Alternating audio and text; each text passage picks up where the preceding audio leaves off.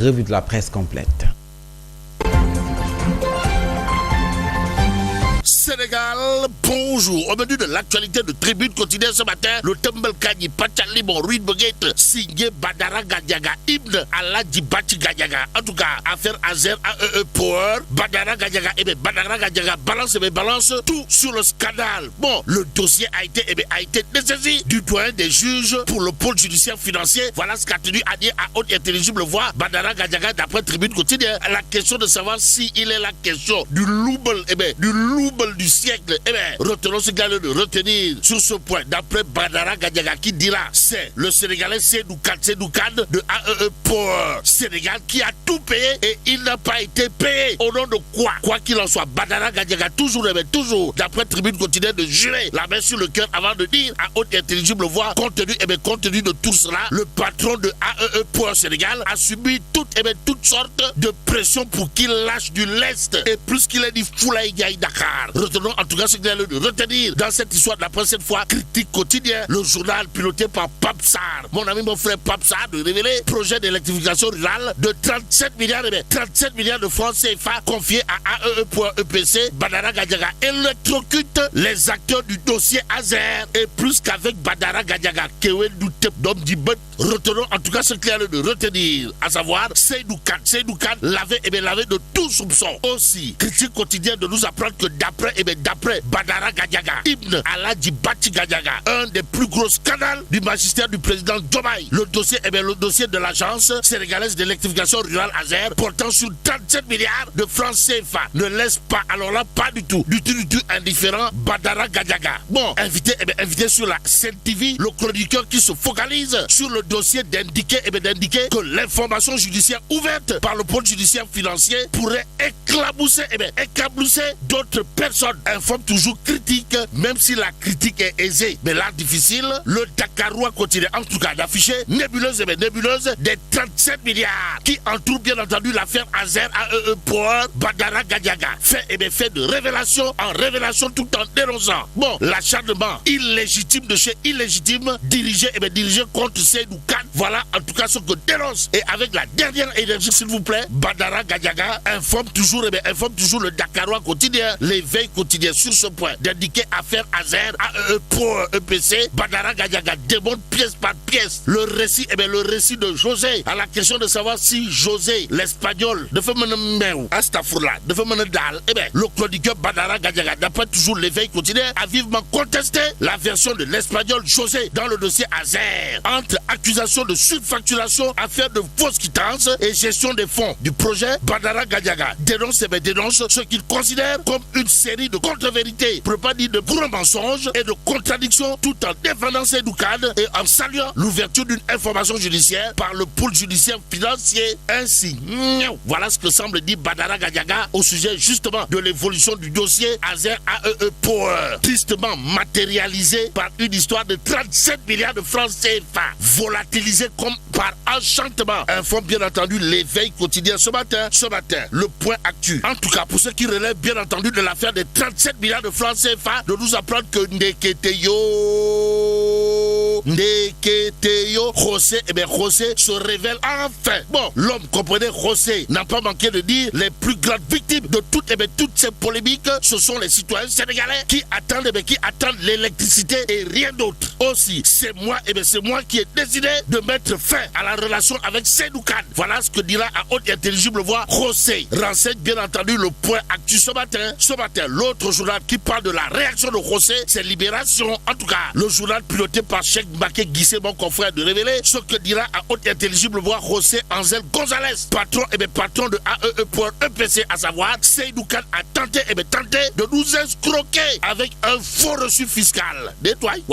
Bon, retenons également que le patron de AEE.EPC accable Seydou Kane, puis mouille Baba Diallo, ancien DG de l'Azer et l'ex-ambassadrice du Sénégal en Espagne, Maria Massi. Informe toujours Libération ce matin, Tribune quotidienne quotidienne, Tribune quotidienne pendant ce temps, de nous livrer également le pavé dans la barre, pour ne pas dire le coup de pied dans la fourmilière, signé Babacar Ba, président du Forum du Justiciable. En tout cas, Babacar Ba, de soutenir l'ONRAC. Et bien l'ONRAC nous doit des explications sur, bien entendu, la vente des 27 véhicules dont la procédure, judiciaire n'est pas, alors là, pas du tout définitive. On est où là? C'est l'interrogation qui s'imposerait. En tout cas, s'agit-il là d'une mafia qui ne dirait pas son nom? Bon, c'est au nom du droit à l'information que Tribune quotidienne nous livre la réaction au vitriol signée Gorguidia, conseiller juridique, financier et fiscal de Lansar Auto. À savoir, nous pensons que les 27 véhicules achetés par Ousmane Sonko à 940 millions de francs CFA appartiennent à Lansar Auto. Détoile Gorguidia. Waouh. Propos en tout cas de Gorguidia, allié bien entendu dans Tribune quotidienne ce matin. La voix plus quotidienne. En tout cas, de révéler 27 véhicules d'occasion pour 940,56 millions de francs CFA. L'opération de Sonko dans l'illégalité totale. Une interrogation courbaïfale qui bat bien entendu la une de la voix plus quotidienne ce matin. Le journal en tout cas de renseigner en février 2025 que devant le patronat et les centrales syndicales réunies dans le cadre d'une rencontre tripartite, Ousmane Sonko déclare avoir refusé l'achat de 30 véhicules destinés à la primature, privilégiant plutôt la réparation du parc automobile existant. Ainsi, avec justement l'achat de 27 véhicules, s'agit-il là d'un Ulbeti ou d'un Dipi, voire un Dipi de Sawai Pros, la porte du Bourroc? Bon, la voix plus quotidienne d'ajouter en août 2026, Sonko explique qu'une enveloppe supplémentaire a permis de financer 27 véhicules d'occasion destinés à la primature. Waouh. Ainsi, l'incohérence de la politique de réduction du train de vie de l'État en question, à la question de savoir mais on est où là? Eh bien, la voix plus quotidienne d'ajouter une acquisition interdite par un document relatif aux véhicules administratifs aussi. Avec El Malik Ndiaye, les députés ont acquis des véhicules estimés à 50 millions de francs CFA. L'unité rappelle la voix plus quotidienne avant d'ajouter des dépenses de prestige dans un pays au quatrième sous-sol. Cependant, le Dakarois quotidien, à propos justement de Lansar Auto, de dire à haute et intelligible voix, libérez Dansar. Bon, Lansar Auto, Dansar réclame à l'État 26 milliards de francs CFA. Voilà ce que nous livre bien entendu le Dakarois quotidien ce matin. Ça veut dire quoi? Eh bien, ça veut tout simplement et tout bonnement dire, d'après le journal, que Dansar d'une côte et plus qu'il est dit, il y a le recueil bourg. Restons avec le Dakarois quotidien qui affiche la réaction au vitriol de Moussa Dian, de la philosophie Gumsebol Begabar, de Bougane Gueye qui alerte en quoi faisant, en soutenant le Sénégal, le Sénégal court un danger.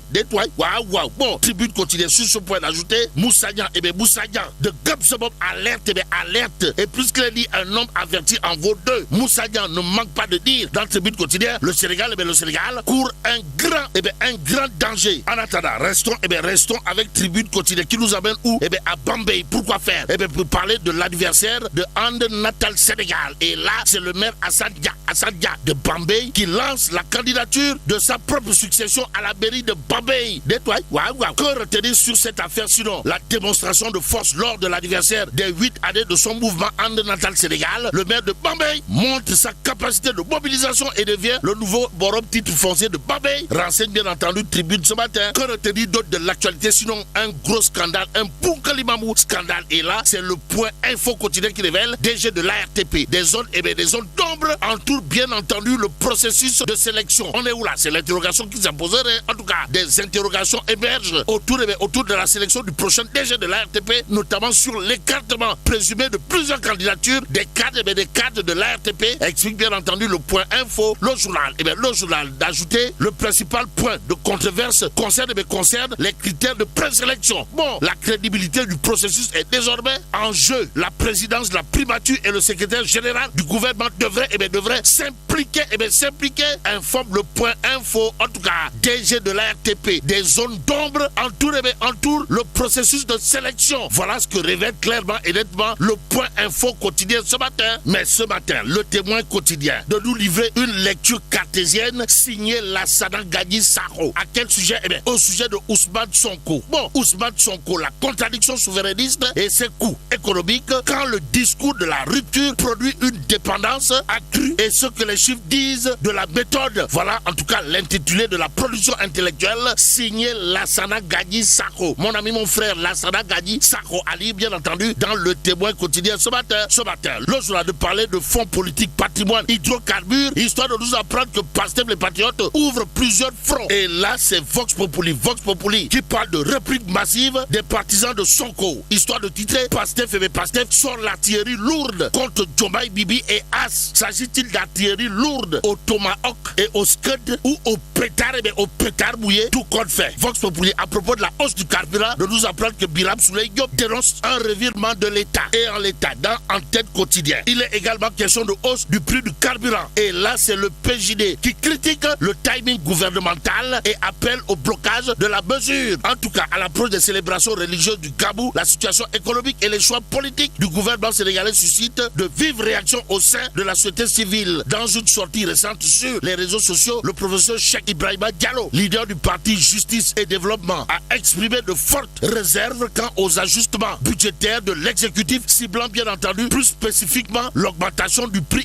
du carburant à la pompe. Bon, restons avec Antenne Quotidien qui parle de visite pré-Gabou à Tivaouane et à Medina Baye. Pourquoi faire? Pour nous dire, le docteur Abdoulaye Niane réaffirme l'engagement de la DER/FJ aux côtés des foyers religieux. Information que nous livre également l'Éveil quotidien ce matin. Le journal de parler de visite à Tivaouane et Medina Baye. Pourquoi faire? Pour nous dire, le docteur Abdoulaye Niane réaffirme l'engagement de la DER/FJ aux côtés des foyers religieux. Que dire au docteur Abdoulaye Niane à ce sujet? Sinon, Machallah, car.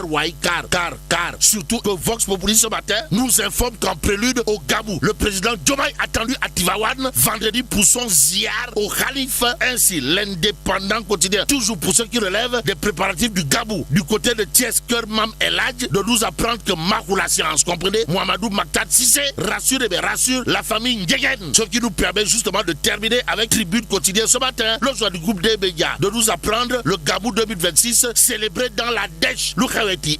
Cherté de bœuf, mouton, denrées, argent introuvable, le Gabou 2026 célébré dans la dèche totale. Et là, bon, que Dieu préserve le Sénégal. Merci à vous Fabrice Nguema. Je rappelle que vous suivez la matinale sur Zik FM 5 TV, l'officiel. 7h passées de 23 minutes. La deuxième partie, tout juste après la page pub.